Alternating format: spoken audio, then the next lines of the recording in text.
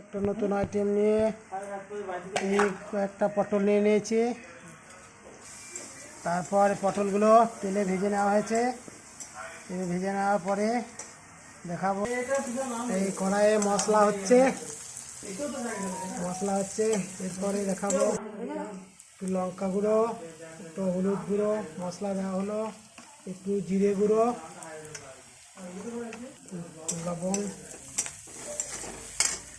লবণ দেওয়া হচ্ছে স্বাদ মতো। একটু জল দিয়ে কষিয়ে নেব। পটল দেওয়া হচ্ছে, এবার পটলগুলো একটু কষিয়ে নেব মশলা দিয়ে।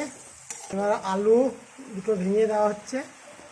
এবার এই দিয়ে দুটোকে ভেঙে নাড়িয়ে দেওয়া হবে এবং কষে ওকে একটু গায়ে করে দেওয়ার পরে তেল ছেড়ে দেবে। তারপরে একটু জল দিয়ে ওকে ঢাকাটা দিয়ে সেদ্ধ করে একটু সর্ষে তেল দিয়ে পোস্তটাকে ফাটিয়ে নেওয়া হলো।